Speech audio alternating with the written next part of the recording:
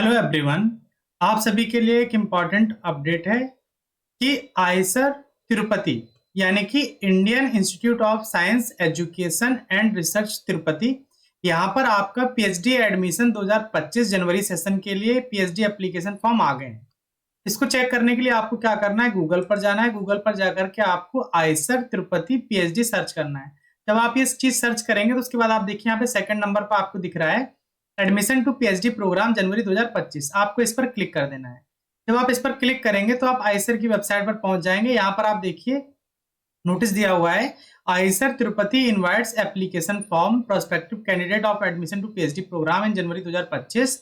Eicher Tirupati admits student in the disciplines of biology, chemistry, physics, mathematics, earth and climate sciences and associated interdisciplinary area of research. In addition to research, the program involve coursework and teaching assistantship. तो ये आपका यहाँ पे notice है। इसको check करने के लिए आपको क्या करना है, यहाँ पर क्लिक करना है। जब आप यहाँ पर क्लिक करेंगे तो आपको कुछ इस तरह से इंटरफेस दिखाई देगा। आप यहाँ पे एडमिशन पोर्टल पे आप देखिए, आपको दिख रहा है यहाँ पे पीएचडी प्रोग्राम के लिए है, जनवरी सेशन के लिए है। ठीक है, यहाँ पे जो आपके जो डिपार्टमेंट्स हैं वो biology, chemistry, physics, earth and climate sciences, humanities and social sciences and will admit PhD student. तो यहाँ पे इन सारे सब्जेक्ट में आप पीएचडी कर सकते हैं। तो हम अपने सब्जेक्ट से रिलेटेड की बात करते हैं, तो बायोलॉजी की बात करते हैं। तो बायोलॉजी में जो फील्ड जहाँ पे रहने वाले हैं उसमें है आपका computational biology, systems biology, biophysics, cancer biology, disease biology, immunology, chemical biology, ecology and evolutionary biology, developmental biology, neurobiology, genome biology, infection biology, plant biology, structural biology, single molecule biology, nucleic acid biology, microbiology, ये सारे area हैं। इन पर आप यहाँ पे research कर सकते हैं। कुछ इंपॉर्टेंट डेट्स की बात कर लेते हैं। तो जैसे आपका ऑनलाइन एप्लीकेशन फॉर्म है वो 5 अक्टूबर से स्टार्ट हुआ है और इस फॉर्म को फिल करने की जो लास्ट डेट है वो आपकी 3 नवंबर रखी गई है। अनाउंसमेंट है of candidate shortlisted for interview. जो शॉर्टलिस्टेड कैंडिडेट है उनका नाम जो है वो 11 से 15 नवंबर के बीच में आ जाएगा। ये आपकी टेंटेटिव डेट है। इंटरव्यू ऑफ शॉर्टलिस्टेड कैंडिडेट ये आपका नवंबर के लास्ट तक की हो जाएगा, 25 से 29 के बीच में। टेंटेटिव ऐसा माना गया है, आगे पीछे थोड़ा बहुत हो सकता है। इंटरव्यू रिजल्ट जो है वो आपका दिसंबर में डिक्लेयर कर दिए जाएंगे और जो आपका पीएचडी सेशन है वो 2 जनवरी से आपका लगभग स्टार्ट हो जाएगा। एलिजिबिलिटी की बात करते हैं तो यहाँ पे 2 तरह से है, एक मिनिमम एलिजिबिलिटी क्राइटेरिया और एक इसेंशियल है। इसेंशियल वाला आपके पास होना ही चाहिए। बायोलॉजी आपका डिसिप्लिन हो गया। Student with minimum 55% marks in aggregate overall percentage including all subject और सीजीपीए 6 ऑन 10 पॉइंट स्केल पर मास्टर डिग्री में आपके 55% होने चाहिए या फिर उसके इक्विवेलेंट सीजीपीए 6 होना चाहिए।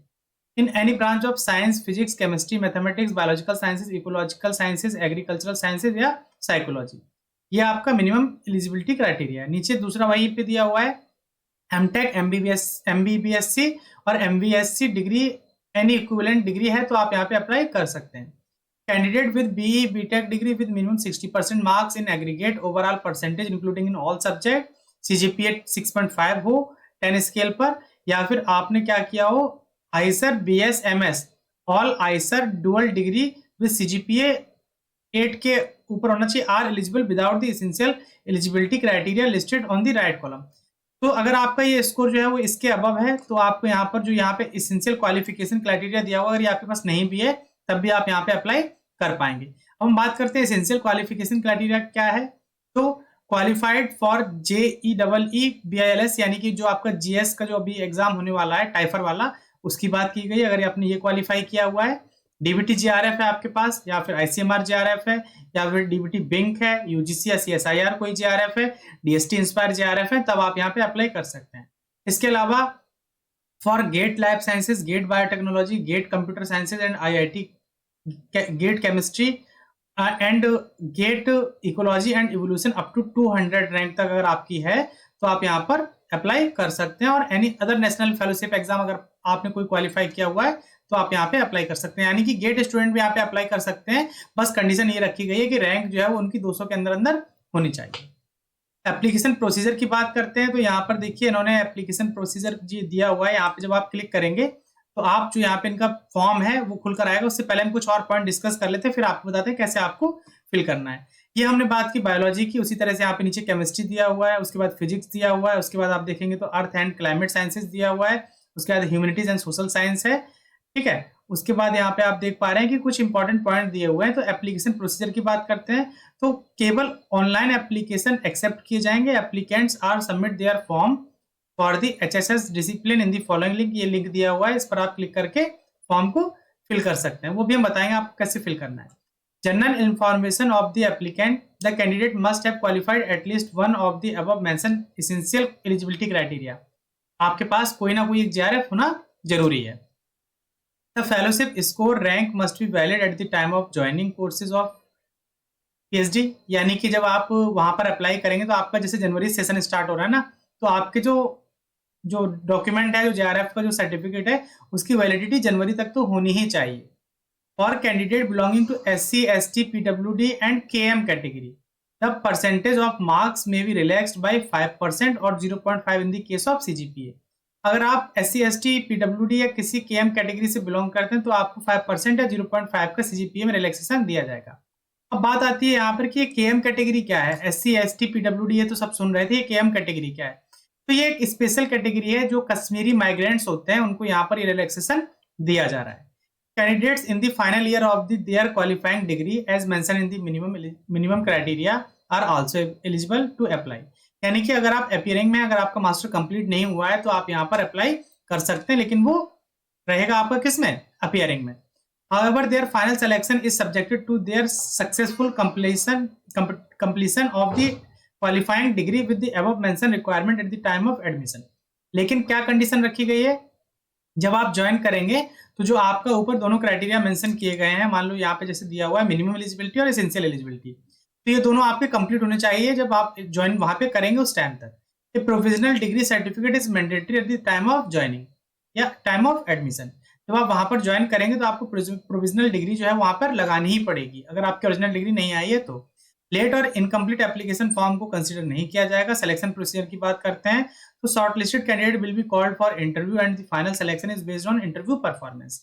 शॉर्टलिस्टेड कैंडिडेट, आप सबसे पहले फॉर्म फिल करेंगे, फिर उसके बाद आपको शॉर्टलिस्टेड किया जाएगा, उसके बाद आपका इंटरव्यू होगा। अगर आप इंटरव्यू में सिलेक्ट हो जाते हैं तो आप यहाँ पे PhD के लिए एलिजिबल है। TADA will be provided to SC, ST, PWD student appearing for the interview as per the institute norm। जब आप वहां पर जाएंगे, अगर आप SC, ST या PD कैटेगरी से बिलोंग करते हैं तो आपको यहाँ पर क्या दिया जाएगा, TADA, यानी कि जाने, TA मतलब ट्रेवलिंग अलायंसेस और DA मतलब डाइटिंग अलायंसेस, जाने का और खाने का खर्चा आपको दिया जाएगा। Applying does not automatically guarantee that a candidate will be shortlisted for a interview, यानी कि अगर आपने फॉर्म फिल कर दिया तो आप ये श्योर मत होइए कि आपका सिलेक्शन वहां पर हो ही जाएगा। वो आप जब आप इंटरव्यू क्वालिफाई कर लेंगे उसके बाद में आपका सिलेक्शन होगा। यहाँ पे कुछ और पॉइंट भी दिए हुए हैं, जैसे आप देख लीजिए, फेलोशिप की बात करते हैं तो upon selection and subsequently joining the PhD program, candidate who do not possess any CSIR, DBT and Inspire will be eligible for institutional fellowship at per with CSIR, DBT, etc, but without HRA and contingency components। तो जब आपका मान लीजिए selection हो जाता है यहाँ पर, तो आपको जो candidate who do not possess, इनके पास अगर CSIR, DBT आई नहीं है तो उनको इंस्टीट्यूट भी अपनी फंडिंग देता है, बट लेकिन उसमें HRA और कंटिजेंसी जो है वो ये नहीं मिलेगी, आपको नॉर्मल फेलोशिप मिलेगी। ठीक है, अब कुछ मान लीजिए एज रिलैक्सेशन की बात कर लेते हैं यहाँ पर। तो जब आपका जो मैक्सिमम एज लिमिट है वो 30 ईयर रखी गई है, उससे ऊपर आपकी एज नहीं होनी चाहिए। लेकिन जो OBC के नॉन क्रीमी लेयर है उनको 3 साल का रिलैक्सेशन दिया जा रहा है और 5 साल का रिलैक्सेशन दिया जा रहा है। जो SC, ST, PWD जो फीमेल कैंडिडेट है उनको 5 साल का रिलैक्सेशन दिया जा रहा है, यानी कि वो 35 साल तक की एज भी है, तब भी यहाँ पे फिल कर सकते हैं। अगर इनकेस आपको कोई प्रॉब्लम आ रही है इस एप्लीकेशन से रिलेटेड, तो यहाँ पर अलग अलग सब्जेक्ट के लिए, जैसे बायोलॉजिकल के लिए यहाँ पे अलग दिया हुआ है, ठीक है, केमिस्ट्री के लिए दिया है, फिजिक्स के लिए दिया, अर्थ के लिए दिया हुआ है, इस तरह से यहाँ पे अलग अलग ईमेल आईडीज दिए हुए हैं। अगर आपको कोई भी प्रॉब्लम आती है एप्लीकेशन से रिलेटेड तो आप यहाँ पर क्या करेंगे, इन पे मेल करके पूछ सकते हैं। ठीक है, अब बात करते हैं कि फॉर्म को कैसे फिल करना। तो जो ऊपर यहाँ पे लिंक दिया हुआ था, उस लिंक पर जब आप क्लिक करेंगे तो आपको कुछ इस तरह से इंटरफेस दिखाई देगा। यहाँ पर आपको अपना नाम, last name, email ID, telephone number, address, ठीक है, डेट ऑफ बर्थ, जेंडर जो भी है आपका, उस हिसाब से आप इसको करके नेक्स्ट करके जब कंप्लीट करेंगे, जो भी डिटेल मांगता जाएगा आप फिल करते जाइए, तो आप इस तरह से अपने एप्लीकेशन फॉर्म को फिल कर पाएंगे। इस फॉर्म को फिल करने का जो लिंक है वो वीडियो के डिस्क्रिप्शन में दिया हुआ है, वहां जाकर के आप फॉर्म को डायरेक्टली फिल कर सकते हैं। अगर ये वीडियो आपको पसंद आया तो इसे लाइक करिए। अगर अभी तक आपने चैनल को सब्सक्राइब नहीं किया हुआ है तो चैनल को सब्सक्राइब कर लीजिए, ताकि फ्यूचर में आने वाले वीडियोस के अपडेट्स आपको मिलते रहें। और हमारे टेलीग्राम ग्रुप का लिंक जो है वो वीडियो के डिस्क्रिप्शन में दिया हुआ, वहां से आकर के आप ग्रुप को ज्वाइन कर सकते हैं और आपकी जो भी क्वेरीज है वो वहां पर आकर के आप डिस्कस कर सकते हैं। उनको जितना जल्दी हो सके हम रिजॉल्व करने की कोशिश करेंगे। तब तक के लिए हमारे साथ जुड़े रहिए, हम जल्दी मिलेंगे किसी नए अपडेट के साथ में। धन्यवाद।